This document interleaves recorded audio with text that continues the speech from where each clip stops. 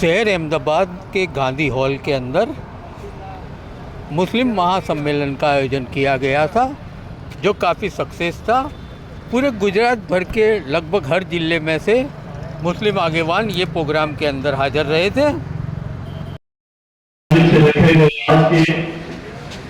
इस प्रोग्राम में स्टेज पर बैठे हुए तमाम मेहमान और सामने बैठे हुए कौम के फिक्रमंद लोग, अस्सलाम वालेकुम।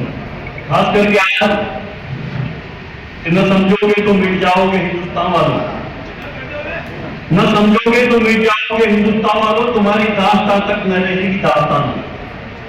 आज जो मकसद से हम सब जमा हुए हैं, मैं समझता हूं पूरे गुजरात के अंदर जिस तरह से एमसीसी के तमाम होद्देदारों ने जो मेहनत की है और वो मेहनत के नतीजे से आज जितने लोग भी जमा हैं, मैं उनको दिल की गहराई से मुबारकबाद देता हूं।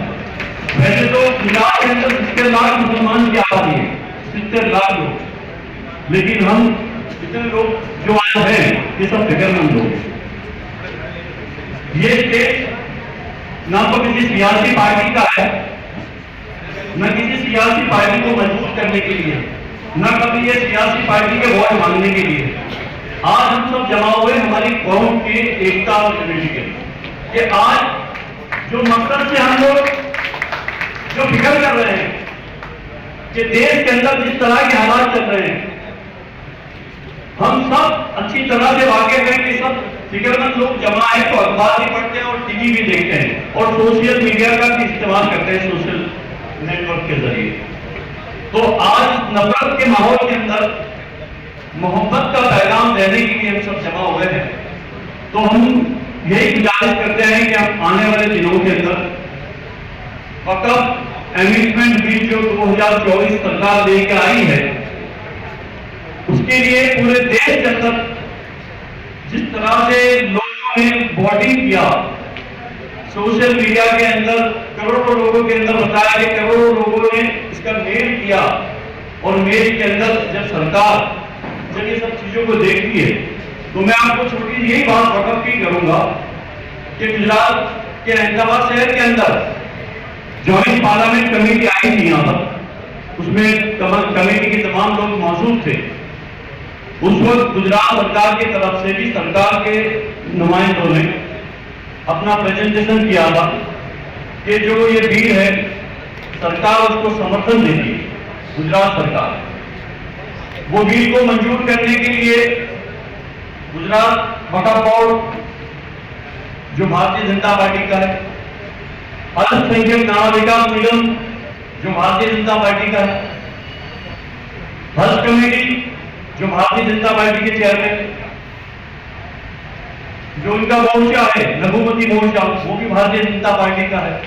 ऐसे वक्त के अंदर जब मैं गुजरात राज्य का वक्फ बोर्ड के मेंबर के हैसियत से और गुजरात का एक मुस्लिम धारा सभ्य होने की हैसियत से जब ये कमेटी के सामने मेरी बात रखी मैंने कि जो सरकार ने गुजरात सरकार ने जो प्रेजेंटेशन किया है उसके खिलाफ में, तो उस वक्त बैठे हुए तमाम जो कमेटी के लोग थे वो बड़े हैरत में थे कि गुजरात के अंदर भी कोई नुमाइंदा ये सरकार के खिलाफ बोलने वाला है। तो आज ये ताकत आप लोगों ने मुझे दी है। मैं एक नुमाइंदा था विधानसभा के अंदर, तो मैं आज ये सरकार की जो ये पॉलिसी बनाई थी वक्फ की, इसके खिलाफ मैं बोला। मैं नहीं चाहता कि गुजरात की वक्फ के अंदर मेरे साथ 2 और भी मेंबर थे, रणजीत भाई राठौर और तौफीक वोरा, वो भी गुजरात राज्य वक्फ बोर्ड के अंदर एक लीगल से चुटा के आए और एक जो उलमा की जो पैनल उससे चुटा के आए थे। उन लोगों ने भी मुझे सपोर्ट किया, मैं उनका भी शुक्रगुजार करूंगा कि ऐसे वक्त के अंदर वो सब एक यूनिटी और एक प्लेटफॉर्म पर आकर उन्होंने बोले कि नहीं, हम भी इमरान भाई के खेड़ावाला के साथ जाओ। जो हमने 14 मुद्दे दिए हैं, वो 14 मुद्दे जो वक्फ के अंदर बताए गए थे, उसका हमने सजेशन दिया कि आप ये जो हमारे मुद्दे हैं इसका अमल करवाइए। अगर आप सब लोग जब ये वक्फ के अंदर ये प्रॉपर्टीज है सरकार की, आप कलेक्टर के हद तक दे देना चाहते हैं, तो हर छोटी छोटी चीज हमको कलेक्टर को जाके पूछनी पड़ेगी कि आपको ये काम करना है, आपको नहीं करना। तो मैं ये सरकार को मैंने ये बताया कि आपने हर जगह पे वक्फ बनाए हैं, पंजाब के अंदर भी वक्फ बोर्ड है, राजस्थान के अंदर वक्फ बोर्ड है, हरियाणा में वक्फ बोर्ड है, महाराष्ट्र में वक्फ बोर्ड है, गुजरात के अंदर वक्फ बोर्ड है। तो मैं क्या आप सब वक्फ बोर्ड के अंदर जो चेयरमैन बना है, जो मेंबर बना है, उनके पास कोई काम रहेगा नहीं, वो सिर्फ टपाल का काम करते हो जाएंगे। तो मैं समझता हूं कि जिस तरह से वक्फ के अंदर हम लोग सब फिक्र करके जिस तरह से लड़ाई लड़ी है, तो ये लड़ाई अभी अधूरी है, क्योंकि ये लड़ाई अभी लोकसभा और राज्यसभा के अंदर ये बिल जाएगा, ये बिल जब मंजूर हो जाएगा तो हमारे, मैं समझता हूं कि उस वक्त हमारे पास कोई चारा रहेगा नहीं। तो ये बिल मैंने जब ये कमेटी आई उनके सामने ये भी कहा कि आज जिस तरह से नीतीश कुमार और चंद्रबाबू नायडू दो इनके सपोर्टर हैं, उनको भी 15% मुस्लिम समाज के वोट मिलते हैं, लेकिन मैंने ये कहा कि इनकी भी अग्नि परीक्षा है, अगर ये बिल को समर्थन करते हैं तो वो 15% मुस्लिम समाज उससे नाराज हो जाएगा। तो आज ये बिल जो जिस तरह से ज्वाइंट पार्लियामेंट कमेटी के पास पड़ा है, तो मैं समझता हूं आने वाले दिनों के अंदर ज्यादा फिक्र करने की जरूरत है, और जिस तरह से जब ये बिल लोकसभा या राज्यसभा के अंदर मंजूर ना हो, उसके लिए हम सबको फिक्र करने की जरूरत है। लेकिन ये अल्लाह से मैं दुआ करता हूं कि गुजरात के अंदर जिस तरह से मुस्लिम समाज एक प्लेटफॉर्म पर यूनिटी का आया है, अल्हम्दुलिल्लाह आज कोई भी मसला हो, चाहे विधानसभा के अंदर, मैं कहता हूं कि विधानसभा के अंदर यासुद्दीन शेख हो, जावेद भाई कीजियाला साहब हो, मैं हर इश्यू पे हम बोले हैं, चाहे आसान धारा की बात हो तो भी हम बोले हैं, मोहन लिंचिंग की बात हो तो भी हम बोले हैं, 370 की कलम की बात की उस वक्त भी बोले हैं। सरकार को हमने हमेशा जगाने का काम किया है कि सरकार कोई जगह पे गलत काम करती है तो उसको रोकने का काम किया है। तो अल्हम्दुलिल्लाह आज ये प्लेटफॉर्म पर सब लोग जमा हुए हैं, आप सब जमा हुए हैं, हम सब मिलकर यही काम करेंगे कि आने वाले दिनों के अंदर हमारे गुजरात के अंदर अमन, अमान, शांति, मोहब्बत, भाईचारा रहे, और हम लोग जो हमारा काम है, हमारे संविधान ने हमको जो ताकत दी है, हमारे संविधान ने हमको ताकत दी है, वो ताकत के साथ हम आगे बढ़े। जय हिंद, जय भारत, खुदा। वालेकुम रहमतुल्लाहि व बरकातहू। मंच पर विराजमान सभी गुजरात के सीनियर आगेवान, उलमाए इकराम, एनजीओ और पूरे गुजरात से आए हुए तमाम कौम के फिक्रमंद भाइयों बहनों, खास तो मैं एमसीसी का बहुत शुक्रगुजार हूं कि ऐसे वक्त में कि जब सरजमी हिंदुस्तान पे पूरा अंधेरा छाया हुआ है, ऐसे वक्त में एक उजाले की किरण लेकर के, एक कोशिश को लेकर के मुजाहिद नसीम भाई और उनकी टीम ने आज इस सम्मेलन में जो आयोजन किया, मैं मानता हूं कि बहुत ही मुबारकबाद के लायक है। मुजाहिद भाई हमेशा, आज से नहीं लेकिन पिछले कई सालों से समाज के जो भी समस्याएं या जो भी प्रॉब्लम खड़े हुए हैं, उसके अंदर कानूनी तौर से लड़ाई लड़ने का उन्होंने काम किया है। और मैं अक्सर कहता हूं कि मुजाहिद भाई सही मुजाहिद, क्योंकि हमारी जितनी भी प्रॉब्लम है, जितनी भी समस्या है, उनका सबका जो हल है वो संवैधानिक तरीके से हम लड़ाई लड़ते ही ले सकते हैं। क्योंकि आज हम देख रहे हैं कि जिस तरीके का माहौल, जिस तरीके की समस्या है, हर घड़ी हर लम्हा एक नई मुसीबत और एक नई परेशानी लेकर के आता है। पूरी दुनिया, हिंदुस्तान ही नहीं लेकिन पूरी दुनिया की सड़कें तुम देख लो तो वो ईमान वालों के खून से रंगी पड़ी। किसी जगह से दुनिया में कहीं से भी हमारे में कोई अच्छी खबर आती नहीं। रही बात हिंदुस्तान की, तो हिंदुस्तान में जिस तरीके का माहौल, जिस तरीके का माहौल पिछले 10 साल से बनाने की कोशिश हो रही है, मैं मानता हूं कि ऐसा आजादी के बाद इतना मुश्किल वक्त हमने कभी नहीं देखा। और कभी कभी एहसास भी होता है कि इस सरजमी हिंदुस्तान पे अगर मुसलमानों का कोई है तो उसके अल्लाह, उसके नबी के सिवा कोई नहीं। लेकिन हौसला रखना है, हिम्मत भी रखनी है, जो हालात है उन हालात का सामना भी करना है। बहुत अच्छे सजेशन लोगों के आए, हमारे भाई ने बहुत अच्छी बात की कि भाई जो हमारे डॉक्यूमेंट हैं प्रॉपर्टीज के वो क्लियर होने चाहिए। हम जो भी लोगों से चंदा लेकर के जो हमारी मस्जिद मदारिस जो भी हम बना रहे खानका है, तो कम से कम लोगों से पैसा लेकर के बना रहे तो जिसके डॉक्यूमेंट क्लियर हो उसकी कोशिश हमारी होनी चाहिए। और जो अगर क्लियर नहीं है तो उसको कराने की हमको कोशिश करनी चाहिए। यहाँ पर बात की कि हमारी सबसे ज्यादा समस्या, सबसे ज्यादा परेशानी, मैं मानता हूँ कि मुसलमानों की समस्या अगर सबसे बड़ी कोई समस्या है तो मुसलमान, और उससे ज्यादा लोग जिम्मेदार है तो मुस्लिम नेतागिरी। कभी भी ऐसे माहौल में भी कि जब पूरी दुनिया हमारी खून की प्यासे बन के बैठी है, उस वक्त में भी हमारे यहाँ आज एक दूसरे के सामने जिस तरीके के बदनाम करना, मेरी बहन देना पहले बहुत अच्छी बात थी कि सोशल मीडिया आप लोगों के हाथ में कैसा आ गया, इससे तुम अच्छी बातों को फैला सकते हो, इससे तुम अच्छे सजेशन भी दे सकते हो, लेकिन सिर्फ मुनाफिकत करने का और सिर्फ काम करने वालों को रोकने का और उनको डिस्टर्ब करने का काम जिसको दिल नहीं जाते। दोस्तों, कोई सलामत नहीं है। मैं ये मानता हूं कि हम कोई सलामत नहीं है। हर दिन, हर लम्हा और हर सेकंड हमारे लिए एक नई मुसीबत लेके आए। अगर हम अभी भी नहीं समझे, अभी भी हमने अगर पार्टी की लाइफ को दरकिनार नहीं किया, अगर करने की दुनिया में हम इफेक्टिव नहीं हुए, तो समझ लो हमारे लिए बिल्कुल अंधेरा अंधेरा और सिर्फ अंधेरा ही। लेकिन अगर समझदारी के साथ हम लोग काम करते हैं, बहुत अच्छा चुनाव पंचायत समिति साहब ने रखा, जिसकी जरूरत थी और जिसकी मैं हमेशा हिमायत करता आया हूं कि सिर्फ स्टेज पे बैठने वाले तो किसी एक जगह सम्मेलन कर लेने से काम होने वाला नहीं है। हर जिले में और हर तालुके के अंदर संगठन को बनाना पड़ेगा। हर जिले में, हर तालुके में एक मुजाहिद नफीस चाहिएगा, काम नहीं चलेगा। दोस्तों, सबसे पहले अपना जो ईगो है, ईगो हर आदमी का कहना बस एक ही है कि इसका क्या आता है, इसका क्या था, किसका आता है तो बता दो, उसको नेता बना दो। किसी का कुछ नहीं आता है हिंदुस्तान में। तुम्हारी अहमियत, तुम्हारी औकात बता दी गई है, और अगर भी अब नहीं समझे तुम और अगर भी एक प्लेटफॉर्म पे आकर के तुम कम से कम इसमें नहीं लड़े, तो मैं मानता हूं कि हमारा मुस्तकबिल बहुत ही अंधेरे से भरा है। फिर गए वो कि खादी के झब्बे पहन करके, स्टेजों पे फूल पहन करके हम लोग हमारी नेतागिरी ठोकते थे। अब नेतागिरी ठोकने का टाइम नहीं है, अब संघर्ष का टाइम है, इंसान की लड़ाई लड़ने का टाइम है। हमने हमारे औलादों को बचाने का तो एक वक्त था कि हमारी कोई परेशानी होती थी, कोई प्रॉब्लम होती थी, तो हम देखते थे कि हमारे हिंदू समाज के भाई, हमारे एनजीओ रोड पे, ब्रिज पे, हर जगह एक मानव सागर बनाते थे, हमारी बात को करते थे।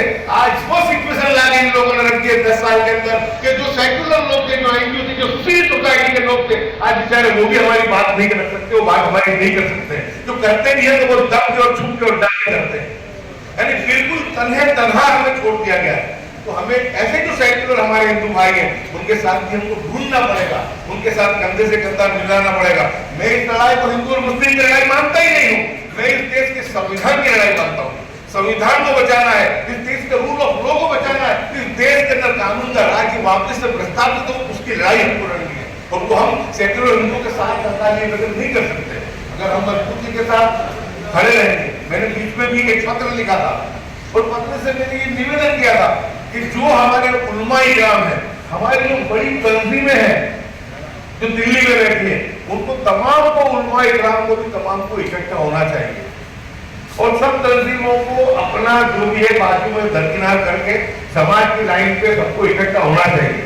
मैंने देखा कि हम पॉलिटिकल लोगों में तो आपकी रंजिश से है, आपसी खेलतान है, लेकिन वो पत्र लिखने के बाद और जब पत्र के तासुरात मेरे पास आए तो हर तंजीम, तो दुख के साथ कहता हूँ कि इतनी बड़े बड़े उलमाओं की तंजीम, उस तंजीम में से ये बातें आई कि इसको मत लो, इसको मत लो, इसको मत लो। यानी मैं ये समझता हूँ कि अब इसका क्या होगा। हर आदमी अपनी दुकान चलाने की फिराक में, किसी को ये नहीं है कि अब किसी तरीके से एक होकर के, इकट्ठा होकर के, साना बसाना कंधे से कंधा मिला के हम लोग इस चीज का हम लोग मुकाबला करें। हमारी कोशिश ये थी कि हमारे उलमा इकराम के टीम बने और तमाम तस्वीरें एक हो और दिल्ली के अंदर ताल कटोरा स्टेडियम में एक सम्मेलन हो, हिंदुस्तान के 40 सांसद और पूरे हिंदुस्तान के विधायक और पूरे हिंदुस्तान के जो मुस्लिम समाज के जो वजन मापने वाले लोग हैं, वो कम से कम 500-700 लोग को हमारे उलमा इकराम बुलाए और हम लोग को इकट्ठा हो और वो इकट्ठा होकर के राष्ट्रपति भवन तक की मार्च करें। गांधी जी की जो समाधि है वहां से लेकर के राष्ट्रपति भवन तक की हमारी मार्च हो, उसके अंदर कहा जाए जिस तरीके से मॉब लिंचिंग, जिस तरीके से बुलडोजर चल रहा है, उसी तरीके के देश के माहौलों के खिलाफ में लड़ाई हो। और साथ साथ में जो सेक्युलर पार्टी है उसमें सब पार्टियां गई, कांग्रेस भी आ गई, और दूसरी दीगर तमाम पार्टियां आ गई, क्योंकि सभी पार्टियों को जो पार्टी हमारा वोट लेती है उस पार्टी को हमारे लिए खुल के बोलना पड़ेगा। ये वक्त है जिनको 240 तक 400 की बात करने वालों को 240 तक लाकर रखा, किसने रखा? मुस्लिम समाज के 70% मतदान, गरीबों ने, पछाड़ों ने, जो दूसरे उच्च जाति के भी लोग जो ट्रस्ट करते सबने मिलकर के काम को अंजाम दिया। तो आज उनकी भी जिम्मेदारी है, और खास करके इंडिया गठबंधन के लोगों की, कि इंडिया गठबंधन के लोगों को भी हमारे लिए खुल करके बात करनी पड़ेगी। तो आज जिस तरीके का माहौल है, जिस तरीके की सिचुएशन है, अगर उसके अंदर एक होकर के हम नहीं चले तो कब होगा? फिर कम से कम पहले हमारे 40 सांसद जो है उनको हमारे जो दीनी रहनुमा को बुला करके बात करें, उनको भी इकट्ठा करें, पूरे हिंदुस्तान के हर पॉलिटिकल पार्टी के एमएलए को बुलाया जाए, पूरे हिंदुस्तान के जिम्मेदार को बुलाया जाए और वहां पर एक बात किया होकर के अपनी पॉलिटिकल पार्टियों को दबाया।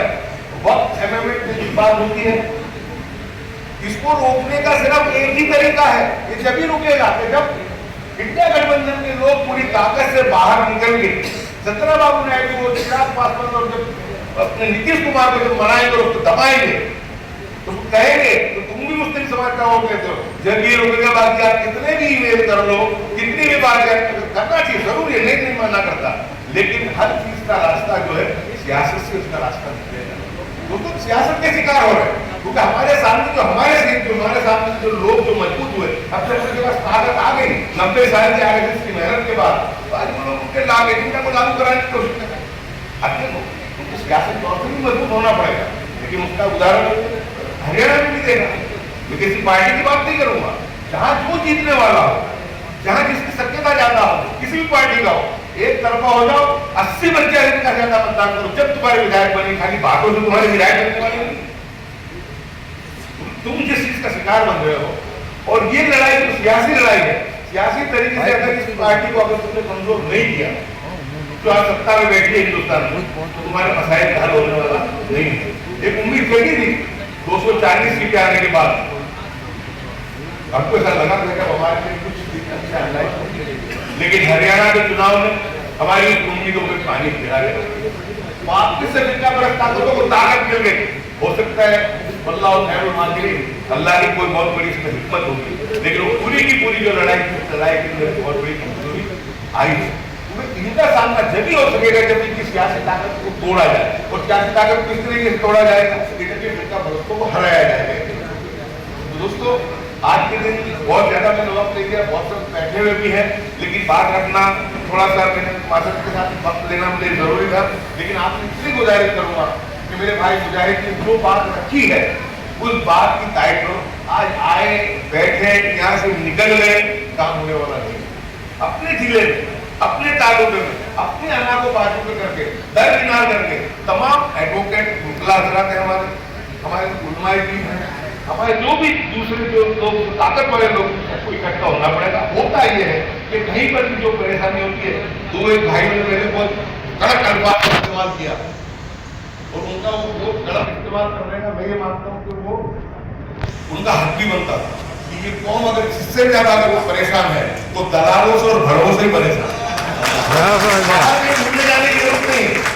कहीं पर कोई भी घटना बन जाए, कहीं जुल्म हो जाए, आप लोग लड़ाई लड़ने के लिए मुजाहिद वहां जाएंगे, कहेंगे चलो हाईकोर्ट में तुम्हारा केस दायर करता हूँ, 4 भड़वे पहुंच जाएंगे, पुलिस के दलाल पहुंच जाएंगे और जाके बोलेंगे मुजाहिद की बातों को मत आना।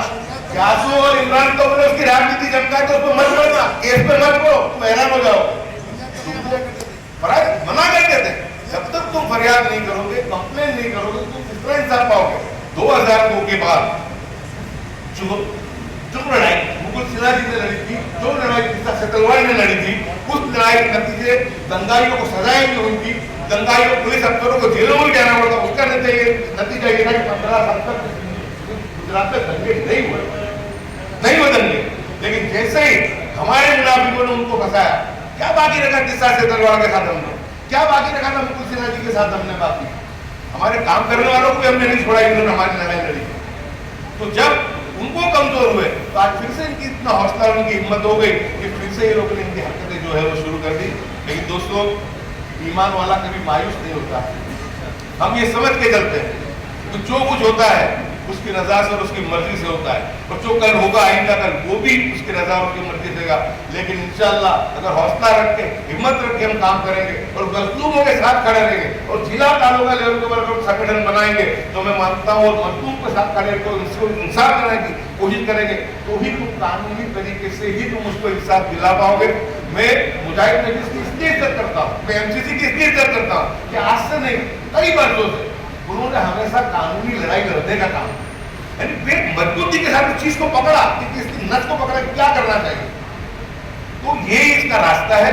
हमको एक साथ मिलकर चुनाव आए, लड़ लो आपस में, चुनाव आए, एक दूसरे की इतनी मुखालफत करनी है कर लो, लेकिन कम से कम बाकी के दिनों के अंदर 6 महीने राजनीति को समझ में आती है, बाकी के दिनों के अंदर पार्टी का चोला उतार के बाजू में रख दो।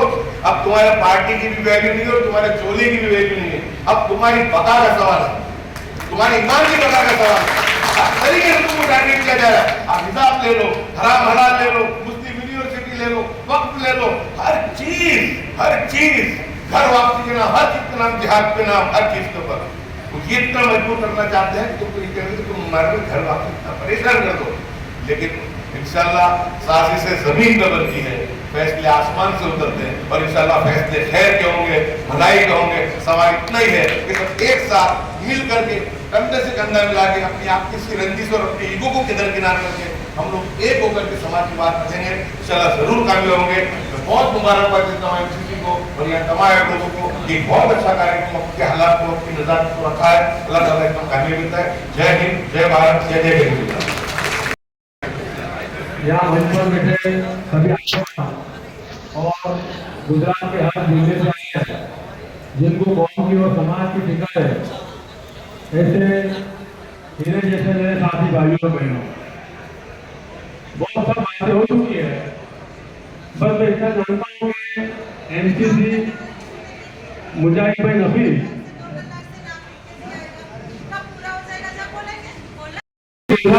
कोई कॉम्युनल राइट होते हैं, तो मैं मानता हूँ कि सबसे पहले उसका अपडेट किसी को देखने मिले ना तो वो मुजाहिद भाई नफीस को फेसबुक से या उनके मैसेज से पता चलता है। इससे ये पता चलता है कि उनका नेटवर्क पूरे गुजरात के अंदर कितना लाइव है। और इधर पर देखा जो नर्मदा जिले का भिवाड़ा गांव महाराष्ट्र की बॉर्डर पे जब 10 साल हुआ तो वहां पर भी सबसे पहले कोई पहुंचा तो वो मुजाहिद भाई नफीस की टीम बन गई थी। यानी कौन की फिक्र अच्छी टीम को है और साथ में बैठे सब साथियों को है। राजकारण की जगह हुई है, पर मैं आप सबसे बात बोलता हूँ कि जब तक कौन की हिस्सेदारी हमारे सिस्टम में नहीं आएगी तो हम सिस्टम को बदलेंगे नहीं। आज की हमारी कौन सबसे ज्यादा पीछे इसके लिए कि हमारे बदला रहना जरूरी होगी। हम उसके लिए बहुत बेफिक्र लोग हैं। हमको ये नक्की करना पड़ेगा कि हमारे समाज का ग्राम पंचायत के सबसे भी बड़े सरपंच, तालुका पंचायत, जिला पंचायत, नगर पालिका, महानगर पालिका और एमएलए बने। वो कब सक्सेस होगा कि जब सिस्टम में आएंगे। हमें हमारा फरियाद रहती के सिस्टम हमारे साथ गलत कर रहे हैं। आज इंदिरा में गिरावल हमारे 11 में हमारी आवाज उठा दे, मान लो एक साथ दूसरे होगी तो क्या हालत होगी। आज हरियाणा के मुसलमानों को सबक सीखना पड़ेगा कि जो हरियाणा में मुश्किल से 2 मुस्लिम एमएलए जीतते थे, आज ये सरकार भले कुछ भी आया हो, लेकिन मुस्लिम कौम ने अपनी यूनिटी हरियाणा में बदला 5 मुस्लिम एमएलए को जीत आगे बताया। तो ये सीखा हमको अल्लाह दे रहा है। आज गुजरात का कोई भी मुद्दा आता है, जब कौम की बात आती है तो सबसे पहले ज्ञात होगा इमरान भाई, इरोज भाई, एजाज खान के साथी भाई, सभी कौम की फिक्र लेके निकल पड़ते बोलते हैं। पर जब चुनाव का टाइम आता है तब भी ये फिक्र हमारी बरकरार है। अल्लाह से कहा दुआ करें, ये आपस दुआ है। मुझे बुला के 2 शब्द सुनो, उसके लिए शुक्रिया।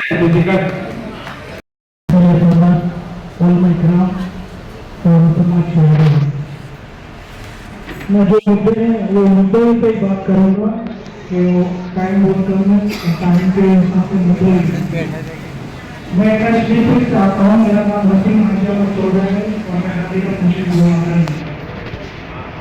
कच्छ में हमने इस महीने में सालों पर जाएंगे तो बहुत सारे मुद्दे रह जाएंगे। इसी महीने में हमने रूसा के रवैये के खिलाफ FRA की है, युवा की, और 5 दिनों के अंदर कच्छ कलेक्टर को एक आवेदन पत्र भी दिया है, जिसमें हम लोगों को 30 दिन का टाइम भी दिया है कि 30 दिन के अंदर इस मुद्दा के रसूल को अगर पासा नहीं की गई तो भूज से एक तिरंगा यात्रा निकलेगी जो भूज से गांधीधाम एसी कचहरी तक पहुंच जाएगी। ये जो किया है वो ऐलान हुआ युवा भी नहीं है। तो मैं चाहता रहता हूँ कि मुझे कोई कहीं ना कहीं हर एक मुद्दे पर बात भी होती है और कहीं ना कहीं मुद्दों को लेकर बात भी देता रहता हूँ। रही डिमोलेशन की बात, तो कच्छ में बहुत जगह पे डिमोलेशन हुआ है। एक मुद्दा और गांधीधाम ऐसी जगह है जैसे जहाँ से हमने डिमोलेशन को कहीं से रोकना चाहिए। जो गांधीधाम में दरगाह टूटने का मसला आया तो हमने सीधा स्टे की बात की कि जब भी आपको कोई भी नोटिस आती है तो आप सीधा हाईकोर्ट का दरवाजा कराइए, उसमें आप देर ना करें। क्योंकि मुस्लिम समाज में एक बहुत बड़ी कमजोरी है कि उनको नोटिस आती है तो वो सोचते हैं और टाइम इतना बर्बाद कर देते हैं, उसमें स्टे का भी टाइम निकल जाता है। ये हमारे घर का हो चुका है मुझे, क्योंकि मेरे हर मुस्लिम समाज से यही अपील है कि आपके रात को अगर कोई भी अर्जी या कोई भी नोटिस आती है तो आप तुरंत एडवोकेट का संपर्क करके आप हाईकोर्ट का दरवाजा खटखटा के सीधा उनको आप पिटीशन दाखिल करके आप सीधा स्टे ले लो। आगे की लड़ाई कोई क्या लड़नी हो आप बाद में देखेंगे। और जो कंडा का मुद्दा रहा कि कच्छ में हमने एक कोर टीम बना ली है, कोर टीम की बहुत ज्यादा जरूरत है। हमने वो काम भी शुरू कर दिया, 21 जनों की टीम भी बना ली है, गांधीधाम में भी बना ली है। उसी टीम के हिसाब से हम कच्छ में काम कर रहे हैं। हमने जो कंडला का मुद्दा आपने सुना, जो कंडला में 700 घरों को बिना नोटिस के तोड़ा गया, उनको नोटिस दी थी, बस जब घर टूट गया तो उसके बाद नोटिस मिले थी, क्योंकि मैं वहां पे रहता हूँ। आज भी एक कंडला मरीन पीआई की वजह से नोटिस रजूआत करके उनको बोला गया है कि जो 400 घर रोड पे लड़ रहे हैं वो कोई सरकार की जमीन से नहीं है, वो तालुका और ग्राम पंचायत में आता है, जो मीठा बोर्ड के हिसाब से जाना जाता है। वहाँ मीठा बोर्ड के लोग मेरे पास आए, मैं हमारे एडवोकेट है जो हनीफ जज मुंडा वाले, उनसे बात की। हमने सीधा पीआई का नाम नोट करके पिटीशन दाखिल कर लिया, उसकी तारीख 24 तारीख को है। तो हम मुसलमान भाइयों को यही करना चाहिए, जब जब आपके पास नोटिस आती है आप तुरंत एडवोकेट को पकड़ो और नोटिस लो। और टोटकी में भी एक बना हुआ है, उसको भी हमने सत्र को खुले शब्दों में कहा है कि कोई भी गुस्सा के रसूल हो तो मुस्लिम समाज का विरोधी हो तो दीन का विरोधी हो, आप उससे कायदेसर कार्रवाई कीजिए। तो कहीं न कहीं दूसरे देश में भी रहता है, आप उनको पुलिस का संपर्क कीजिए और उस आरोपी को आप यहाँ पे गुजर लाइए। और जैसे मुफ्ती सलमान नकवी साहब से जो पासा की गई है, ऐसे मुद्दों में ऐसे लोगों को अटकाया जाए, क्योंकि दोबारा ऐसे कोई गुस्सा के रसूल और दीन का गद्दार नहीं बने। आप इसी मुद्दे से कच्छ की टीम लड़ रही है, हमारे पास कच्छ के लोग भी आए हुए साथ में, उनकी वजह से मेरे को यहाँ पे बोलने का मौका मिला। मुझे आपका बहुत बहुत शुक्रिया। और आपको जहाँ पे भी हमारी जरूरत पड़ेगी हम तन धन मन से आपके साथ है। अस्सलाम वालेकुम। मुफ्ती साहब का मैसेज था कि 4 बजे वो निकल जाएंगे। तो हम लोगों ने पहले बहुत सारी चर्चाएं की हैं, यहाँ पर मौजूद तमाम लोग उन चर्चाओं में शामिल रहे हैं। मुझे आज बहुत खुशी है इस बात की कि यहाँ पर जो बात उस्मान भाई कह रहे थे कि लीडर एक नहीं है, लेकिन अगर आप यहाँ देखें तो कितनी पार्टी के तमाम हमारे भाई जो अलग अलग पार्टियों से ताल्लुक रखते हैं, भाई और बहन, वो सब एक जगह पर हैं।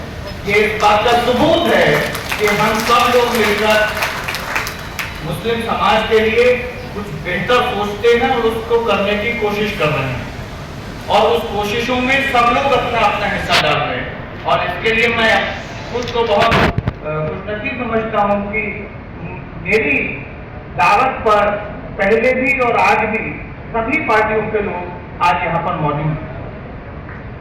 तो जो मुफ्ती साहब के जाने से पहले मुझे बात करने की, वरना मैं थोड़ा बाद में इस बात को करता, कि हम लोगों ने पहले मीटिंग की थी जिसमें तमाम लोग यहाँ पर जो लोग हैं वो मौजूद थे, कि समस्याएं बहुत हैं,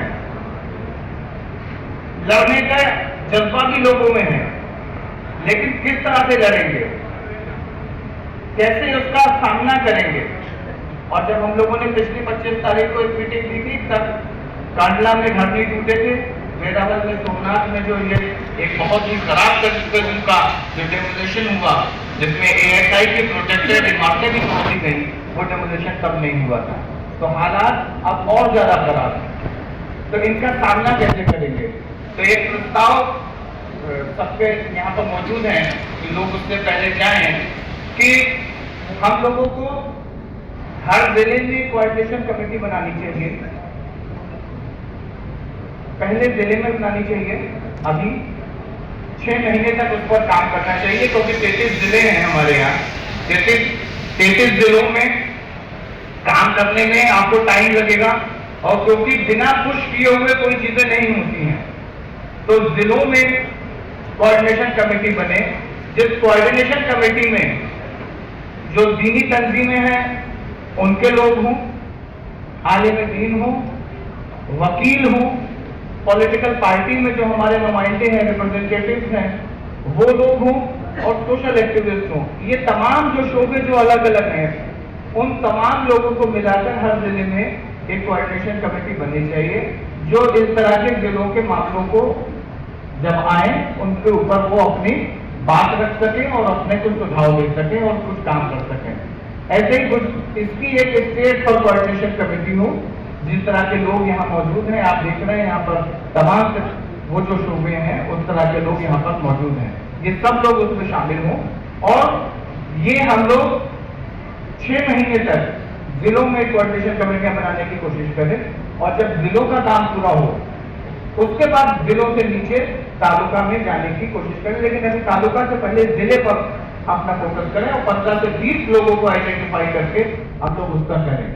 तो ये एक ठोस सुझाव मैं आज सबसे, क्योंकि यहाँ पर तमाम तंजीमें हैं जो एजुकेशन पर काम करते हैं, जावेद भाई हैं MP से, जमात इस्लामी के साथी हैं, जमीयत उलमा हिंद के दोनों जो हिस्से हैं उसके लोग हैं, पॉलिटिकल पार्टी के लोग हैं, तमाम MIM के प्रदेश अध्यक्ष हैं, हमारे इकलौते धारा साहब हैं, और हमारे पूर्व धारा जज हैं।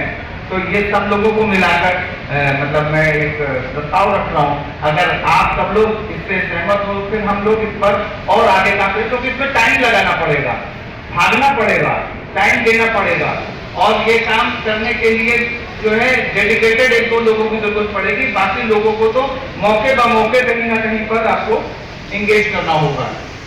यूनुस भाई हैं हमारे साथ, जो पूरे गुजरात में जब भी होता है तो फोन करके लोगों को, सोते हुए लोगों को जगाते हैं, रात को 12 बजे भी फोन करके जगाते रहते हैं।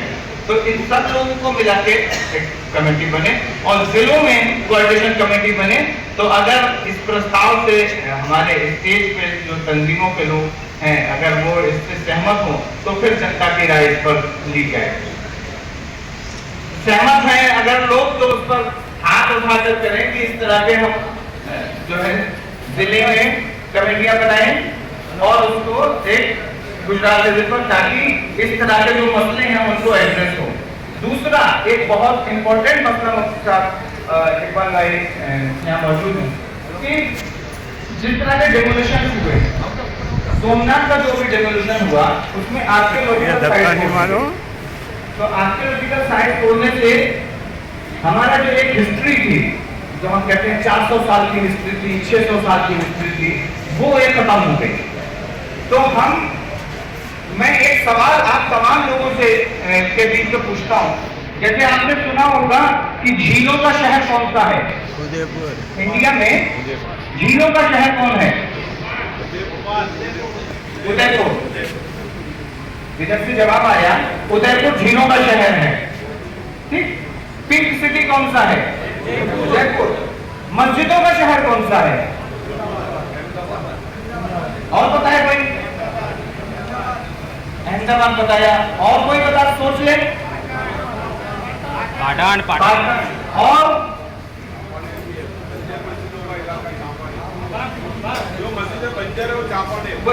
मस्जिदें बन जाएंगी। मस्जिदों का शहर कौन सा कहलाता है? जैसे हम कहते हैं city of lakes Udaipur, Lucknow नहीं, कहाँ जाना है इंडिया, लखनऊ नहीं। और बताइए कोई? भोपाल नहीं। और हिंद सुन लीजिए, वो गुजरात में है। भाषण नहीं, संवाद नहीं। अरे गूगल कर देते, इतनी मिलते तो गूगल बता देता भाई। और हजरत जो हमारे साथ बैठे हैं, जो बहुत स्ट्रीट फाइटर हैं, असलम भाई, उनके शहर में वो जगह है सूरत। नांदेड़ जो जगह है वो मस्जिदों का शहर है हिंदुस्तान का। 1 किलोमीटर से 60 मस्जिदें हैं। आप गूगल करिए अभी, जो लोग गूगल इस्तेमाल करते हैं। और हमको नहीं पता है, मुझको भी नहीं पता था। मुझको विदेश में बैठे हुए एक पत्रकार ने मुझसे पूछा, एक पत्रकार ने, एक गैर मुस्लिम पत्रकार ने मुझसे पूछा कहाँ है, बोले आपके स्टेट में। तो मैं भी पाटा और अहमदाबाद में ढूंढ रहा था, लेकिन वो रांदेर पहले अलग था, अभी तो सूरत का हिस्सा हो गया है कॉर्पोरेशन का, तो रांदेर है। तो हमारे पास कितना हेरिटेज है, मतलब हिंदुस्तान में इस्लाम की जो तारीख होगी गुजरात की, वो कितनी पुरानी होगी। दोहा में जो मस्जिद है उसका मुंह किधर है। तो आप समझिए कि इस्लाम की शुरुआत के दौरान से गुजरात में इस्लाम था। काबे को जब घोषित किया गया, अनाउंस किया गया, उससे पहले से यहाँ पर मस्जिद थी। तो हमको अपने हिस्ट्री को प्रिजर्व करना पड़ेगा और उसको बचाने के लिए मैंने जो सोचा, कुछ लोगों से बात की है, आपके सामने लग रहा हूँ कि इन सारे जो हमारी जो हिस्टोरिकल है, जो मस्जिदें हिस्टोरिकल की जितनी भी मस्जिदें हैं, जितने मजार हैं, जितने कब्रिस्तान हैं, इनको डिजिटलाइज कर लीजिए। ये ऐसे एक एक करके खत्म कर दिए जाएंगे और बाद में हमारे पास अपने बच्चों को बताने के लिए तारीख नहीं रहेगी कि यहाँ पर कभी इस जगह पर कुछ चीज थी। तो मैं यहाँ पर जितने लोग हैं उनसे ये चाहता हूँ कि आप एक काम में हम सबकी मदद करें कि आपके यहाँ पर जो भी मस्जिद मजार है उसका फोटो लीजिए, उसका कौन इंतजाम कर रहा है अभी, इसको करिए और उसको डिजिटलाइज करने की जिम्मेदारी हमारी। इसको एक वेबसाइट बना के हम ये रखेंगे कि फला जगह पर फला पीर का, फला सूफी का, फला आलिम का मजार शरीफ है और उसमें ये है, ताकि पूरी दुनिया में लोग समझ सके कि गुजरात में इस्लामिक हिस्ट्री क्या है। इसमें मुझे आप सब लोगों की मदद की जरूरत होगी। हम लोग बाद में इस पर टेलीफोन, सबके पास मेरा टेलीफोन नंबर है, आप लोग एक बार बाद में मुझे फिर से परेशान कीजिए ताकि हम आपको बता पाए कि कैसे फोटो लीजिए और इन सारे हिस्ट्री को हम लोग डिजिटलाइज करके वेबसाइट पर रखेंगे ताकि पूरी दुनिया को पता लगे कि गुजरात की इस्लामिक हिस्ट्री क्या है। तो इसमें आप सब लोगों की मदद चाहिए है। तो ये दो इम्पोर्टेंट प्रस्ताव थे। मैंने कहा कि जब कोई यहाँ पर हमारे वक्तागण चाहें उनसे पहले इन चीजों को प्रस्ताव को रखें और अगर हम सभी लोग सहमत हैं तो इन चीजों पर आगे बढ़ेंगे। और देखिए कोऑर्डिनेशन कमेटी करेगी क्या। कोऑर्डिनेशन कमेटी का काम वो सारे काम है जितने यहाँ पर मुद्दे आए। वकीलों से बात करनी है तो नीचे के लेवल पर हो जाएगी, वहां से बचता है तो फिल्टर होकर ऊपर आएगी। हम लोग यहाँ हैं, यहाँ पर वकीलों से बात करेंगे, यहाँ पर डीजीपी से बात करनी हो, हम यहाँ पर दूसरे लीडर्स के साथ बात करनी हो तो तमाम यहाँ पर आम आदमी पार्टी, MIM, SDPI, कांग्रेस, सबके लोग और मुझ जैसे बिना किसी पार्टी में के लोग, ये सारे लोग यहाँ मौजूद हैं, आलिम मौजूद हैं तंजीमों के। तो हम सब लोग मिलकर कोशिश करेंगे। तो हमारी कोशिश होनी चाहिए कि हम अपने जिलों में कोऑर्डिनेशन कमेटी को थोड़ा स्ट्रेंथन करें और इसमें टाइम देना पड़ता है एक्चुअली। तो वो टाइम देंगे अगर तो इंशाल्लाह ये हम लोग इस पर आगे होंगे। तो ये सम्मेलन आज का है, ये 2 प्रस्ताव लेके यहाँ से जाएगा। तो इन 2 प्रस्ताव को आप याद रखिए और इसमें सब लोगों का टाइम चाहिए। अगर आप ये मानते हैं कि आप मुस्लिम समाज के लिए काम करना चाहते हैं तो क्या मदद करेंगे, आपने फॉर्मेट में शायद भरा होगा, अभी हम लोग उसको एनालाइज करेंगे कि किसने क्या लिखा है। तो आपका हिस्सा क्या होगा। मुझे बहुत अच्छी बात लगी हमारे गांधीनगर के हमारे सीनियर, उन्होंने कहा कि मैं खुद से 5,000 रुपए देता हूँ। बात 5,000 की नहीं है, बात उनके जज्बे की है कि मैं अपना पाड़े से शुरू कर रहा हूँ और करें, क्योंकि कोई भी चीज करने में बहुत सारा चीजें खर्च होती हैं। अब इस हॉल को ही करने में बहुत सारे पैसे लगते हैं और आज की तारीख में हम मैं कभी पैसे की बात नहीं की है। आज की तारीख में हम लोग लगभग 1,20,000 के घाटे में हैं अभी, मतलब घाटे मतलब आया ही नहीं है। तो वो करने में पैसा लगता है और फिक्रमंद लोग उसको देते हैं। अब कभी हमने पैसे की बात की कि तो पैसा अपने साथ बुराइयां बहुत लाता है। पैसे के ये खूबी बहुत है, इसके बिना काम भी नहीं चलता और ये बुराई भी साथ में लेके आता है, तो ये आपको बुराई बहुत जल्दी बनाता है। तो मैं आप सबसे ये गुजारिश करता हूँ कि आप लोग अपना टाइम इन दो मुद्दों में दें और इंशाल्लाह हम सब मिलके गुजरात के जितने भी मुसलमानों से और माइनॉरिटी से जुड़े हुए मसले हैं उन पर रखेंगे। और अभी एक साथी ने बात की कि हमारे डॉक्यूमेंटेशन नहीं होता, तो आज एक काम और है कि हम लोग हर साल एक रिपोर्ट तैयार करते हैं कि गुजरात में एक साल में माइनॉरिटीज पर कितने हमले हुए या ऐसी कौन सी घटनाएं हुई जिनका असर मुसलमानों पे और माइनॉरिटीज पे पड़ता है। इसमें हम माइनॉरिटीज को शामिल करते हैं, सिर्फ मुसलमान नहीं, माइनॉरिटीज में क्रिश्चियन भी हैं, तो उन पर कितने हमले हुए। तो पिछले साल हमने 2022 में ये रिपोर्ट एक निकाली थी, 2023 की रिपोर्ट हम निकाल रहे हैं क्योंकि इलेक्शन बीच में था, तो इलेक्शन के टाइम हमने रिपोर्ट नहीं निकाली थी। ये रिपोर्ट, इसकी जो पिछली रिपोर्ट है, इसकी पिछली रिपोर्ट पूरी दुनिया के रिसर्चर्स के लिए एक डॉक्यूमेंट है। आज भी वो रिपोर्ट कोट की जाती है कि गुजरात में अल्पसंख्यकों पर कितने हमले हुए। तो 2023 की रिपोर्ट आज आपके सामने है। इसको पीडीएफ में हम आप सबको भेज देंगे क्योंकि प्रिंट का टाइम नहीं था, ये कल रात को फाइनल हो पाई है। अगर सम्मेलन नहीं होता तो शायद फाइनल होने में और टाइम होता। और 2023 में जो घटनाएं हुई हैं जिनका असर माइनॉरिटी को पड़ता है, ऐसी 123 घटनाओं का जिक्र इसमें है और ये तारीख के हिसाब से इसमें घटनाएं हैं। इसमें कौन सी तारीख को किस जगह पर क्या घटना हुई उसका जिक्र है और इस घटना के विश्लेषण में हम नहीं गए हैं। इस रिपोर्ट में वो घटना सिर्फ घटना है, उस पर क्या कार्रवाई हुई उसके डीप में हम रिसर्च में नहीं गए क्योंकि ये बहुत बड़ा काम है। हम लोग न्यूज अपने सोर्सेज से और अखबारों में जो खबरें आती हैं उन सोर्सेज से इसको कलेक्ट करते हैं और इसका प्रॉपर डॉक्यूमेंट करते हैं कि ये कैसे हो, ताकि ये दुनिया में जो लोग हैं उनके रिसर्च के काम वो बता सकें। तो आज हम लोग ये रिपोर्ट पे रिलीज करेंगे।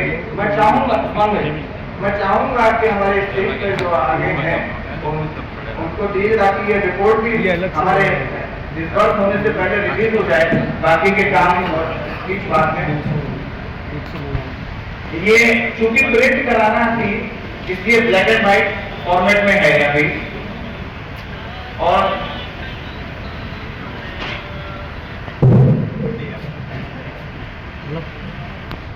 ले लो हम लोग एक बात स्टेज पे जो साथी है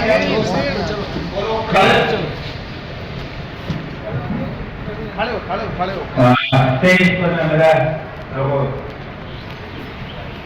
अब पीछे आ जाओ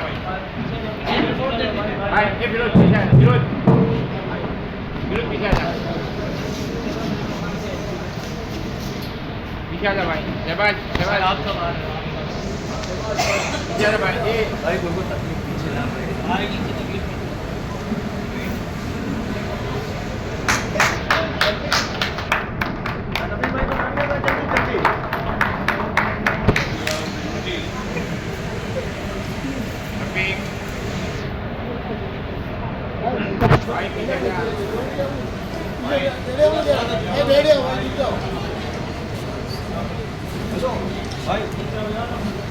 अरे आप दिख रहे हो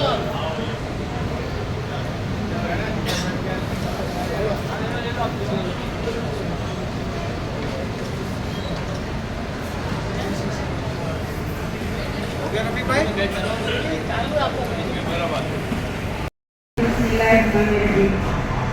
अस्सलाम वालेकुम रहमतुल्लाहि व बरकातुहू। आज आप सबने अपना कीमती वक्त निकाला है। यहाँ पे हम मुसलमानों की, हमारी कौम की एक फिक्र लेके जमा हुए, बहुत खुशी की बात है। लेकिन यहाँ से आज हम एक बातें तो हम सब जानते हैं, यहाँ पे जितने लोग बैठे हैं वो हमारे हालात हैं वो हम सब जानते हैं, अच्छे से जानते हैं। और अब हम उसको कैसे हैंडल करेंगे, उसके ऊपर हम कैसे काम करेंगे, उस पर हमें यहाँ डिस्कस करना है। यहाँ से जो कहा गया है उसके ऊपर मैं बात करूंगी कि मुसलमान कौम के अंदर यहाँ पे बैठे हुए मेरे इतने सारे भाई हैं, बहनें, सबकी एक एबिलिटी, सबके अंदर एक काबिलियत, हर शख्स के अंदर एक काबिलियत है। और अल्लाह ताला जब इंसान को पैदा करता है तो वो 100 का पूरा का पूरा उसके अंदर सर्वगुण संपन्न नहीं होता, उसके अंदर कमियां भी होती है। तो हम हमारी कौम कब तक एक दूसरे की कमियों को डिस्कस करेंगे और सोशल मीडिया पर हमें दूसरों को बदनाम करेंगे? तो मैं यहाँ से मैसेज ये देना चाहूंगी कि जो हम हमारी कमियां हैं उसको ना देखते हुए, हमारे मुसलमानों के अंदर जो बहुत अच्छी खूबियां हैं, हर शख्स के अंदर खूबी है, तो उसकी खूबी को इस्तेमाल करके हम ये आज जो मैदान हमें मिला है उस मैदान में हम कैसे जीते। तो मैं हर शख्स से यही कहना चाहूंगी कि किसी की कमी के सामने बिल्कुल ना देखे, उसकी अच्छाई देखे, उसकी काबिलियत देखे और उसकी काबिलियत को आज हम यूटिलाइज करें और एक हो जाए। और सोशल मीडिया का दौर है, जब सोशल मीडिया के दौर में हम किसी के लिए अनाप शनाप बोलते हैं तो ये इस्लाम के भी खिलाफ है। अगर किसी से कुछ गलती होती है तो उसको आप उसकी सलाह, उसको अकेले में वो सलाह दें, उसको नसीहत अकेले में दी जाए तो बगावत नहीं होगी। अगर सलाह में जाए होगी तो बगावत नहीं होगी। तो एक इस्लाम का हमारा ये भी रूल है कि हम एक हो जाए, नेक हो जाए। अगर किसी को कुछ सलाह देनी भी है तो उसको अकेले में दो तो बगावत नहीं होगी। हमारी कौम जब भी इकट्ठा होती है हम एक दूसरे से बगावत करते हैं। मैं यहाँ नहीं हूँ आप सबके बीच में, 4 साल हुए मुझे राजनीति के अंदर पैर रखे हुए, लेकिन मैंने हमेशा यही देखा है कि एक दूसरे की गलती के ऊपर ही हम डिस्कस करते हैं। हम कहाँ से कामयाब होंगे, कहाँ आगे जाएंगे, क्या करेंगे, कैसे लड़ेंगे, उस पर कभी बात नहीं होगी। तो मैं आज एक मन से यही कहना चाहूंगी कि आज यहाँ से अमल करके जाएंगे कि किसी के कमी पे बात नहीं करेंगे। अलग अलग જિલ્લાના પ્રતિનિધિઓ સાથે બેઠક કરવામાં આવી હતી અને બેઠકની અંદર अलग अलग समस्याओं આપણી ઘણી બધી છે કે અગર આજે ગુજરાતની અંદર આપણે મુસ્લિમોની સમસ્યાઓ ગણવા જઈએ તો ઘણી બધી છે, પણ એ સમસ્યાઓની અંદરથી કોમન એવી સમસ્યાઓ કઈ છે કે જેની અંદર આપણે કાયદાકીય રીતે કે એડવોકેસી એટલે કે સરકાર સાથે આપણે વાટાઘાટો કરી અને લાવવી જોઈએ કે જેના કારણે આખા સમાજના ઉત્થાન માટેના કામ થઈ શકે। એ માટેની શરૂઆત માટે 8 મુદ્દાઓ સાથે એમસીસીની રચના કરવામાં આવી હતી 2016 માં। 2016 ની અંદર જ્યારે 8 મુદ્દાઓ સાથેની માંગણી કરવામાં આવી હતી, એ મુદ્દાઓની અંદર હું વાત કરું તો એક તો આપણી માંગણી હતી કે લઘુમતી મંત્રાલય બને।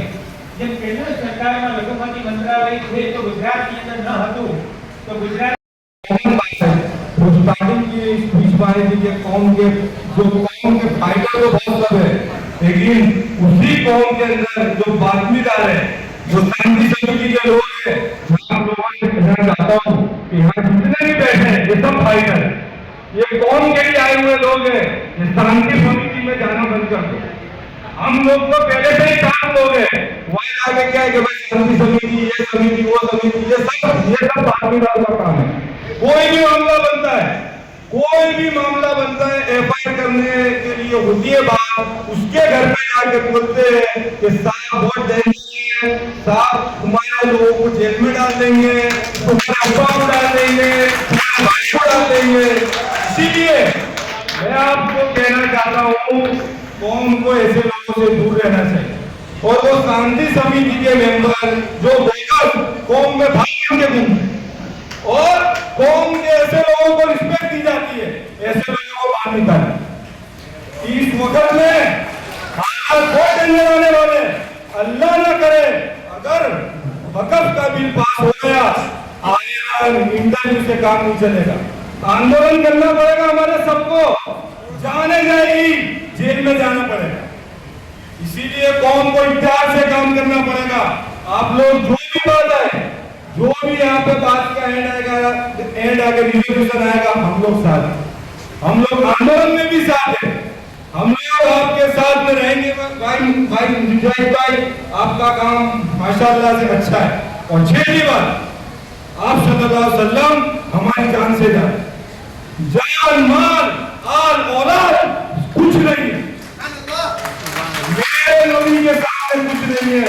अगर खुदा न खास्ता कहीं भी गुस्ताखी होती है, अहमदाबाद के अंदर चाहे कांग्रेस के लीडर हो, एमआईएम के लीडर हो, आपके लीडर हो, एसडीपीआई के लीडर हो, हर एक को कलेक्टर ऑफिस में जाना है, आवेदन के बाद आंदोलन करना है। इस तरीके से अब काम नहीं होगा। मैं आप लोगों को ये कहना चाहता हूँ, जैसे हमारे मुजाहिद भाई है, माशाअल्लाह उन्होंने जो काम किया है वो बिल्कुल मुजाहिद वाला काम किया है। ये कौम को एक करना आसान नहीं है, अंदर अंदर इख्तिलाफ, ईगो, स्टेटस, लेकिन आज उनकी बहुत अच्छी मेहनत से उन्होंने कौम को एक किया है।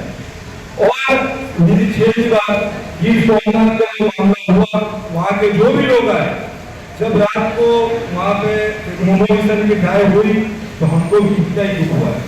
हम लोग आपके साथ, हर स्टेज में हम आपके साथ हैं। अगर आप लोग आंदोलन करना चाहते हैं तो भी हम आपके साथ, हम लोग आपके साथ में रहेंगे इंशाअल्लाह। और भी स्पीकर है, और भी लोगों को बात करनी है, उनके भी बात में एंड करता हूँ। और पूरे इसी एंड में नारे तकबीर, नारे तकबीर, तेरा मेरा रिश्ता क्या, तेरा मेरा रिश्ता क्या। अस्सलाम वालेकुम warahmatullahi wabarakatuh।